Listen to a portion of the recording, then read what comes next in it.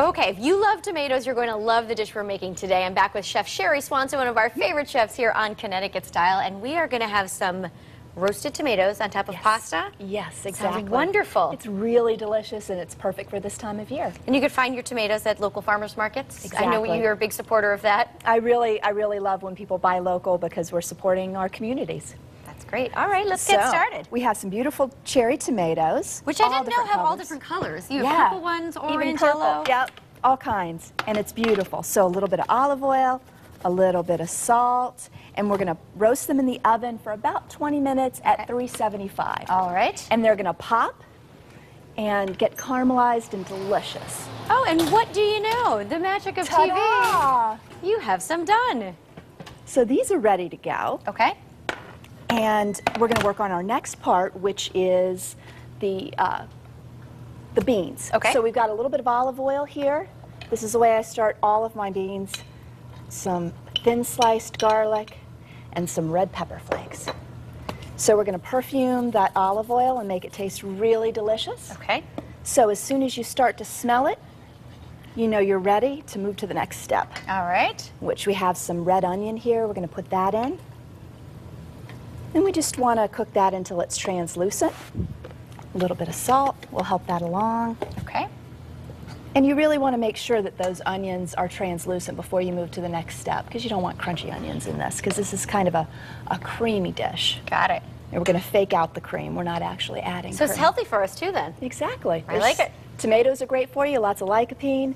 Beans are delicious, and we should be eating many more of them. Now, what type of beans did you... These are cannellini beans.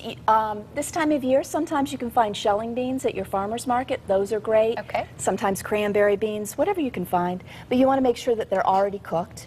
So if you use dried beans, you want to soak them overnight and then cook them for about an hour. It varies. Okay. And so we'll let this cook for a while, and then this is the way I make it nice and creamy without adding cream. Great. I take out some of my beans, All right. and I smash them up. And I put a little bit of chicken stock in here. And then I take these mashed beans and mix them in. Oh, what a great tip. And it makes it nice and creamy. I love that. Okay. So then once we have it nice and creamy, we'll add the rest of our ingredients. Now, Sherry, we should mention you offer cooking classes. I do. I teach at Jones Family Farm in Shelton and Middlebury Consignment in Middlebury. They're all hands-on classes, mostly farm to table. Mm-hmm. Very good. And so here is our pasta that we're using today. This is a toasted Israeli couscous. Okay. So it's really delicious. It's kind of a pearl. Most people are used to African couscous, which is much smaller. So we cook it like we cook any other pasta. We bring the water to a boil, put it in, and just follow the instructions on the package. Pretty easy, okay. Pretty easy.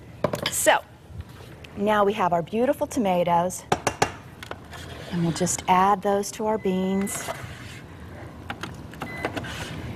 All right, I think I could even handle this. Really simple, pretty colors. Yeah, it's perfect for summertime. Yeah.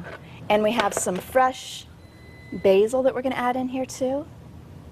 And some parsley. And then a little bit of balsamic vinegar. Oh, see, I wouldn't have thought that. Just to bring up those flavors a little bit. It really will accent those tomatoes nicely. The rest of the tomatoes.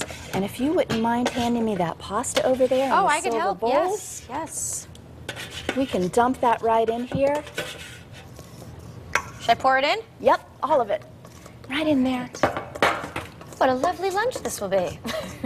And then, what's pasta you need without a little bit of cheese? So we'll put a little bit of cheese and mix everything up. And this is great warm when you make it originally, and it's also great heated up the next day or even cold out of the refrigerator. Very good. So it's time to get out there and explore all of those fun cherry tomatoes. Yeah, I mean, this would be good for a lunch, even a dinner, any way you want to do it. Exactly, and it's beautiful. I love when food looks pretty. So. And it always does when you're cooking it. Thank you. All right, so we're going to taste this at the end of the show. And of course, we'll have the recipe on WTNH.com. Where can people get a hold of you? Oh, you can go to my website at aculinaryexperience.com. Love it. All right, Sherry, very good.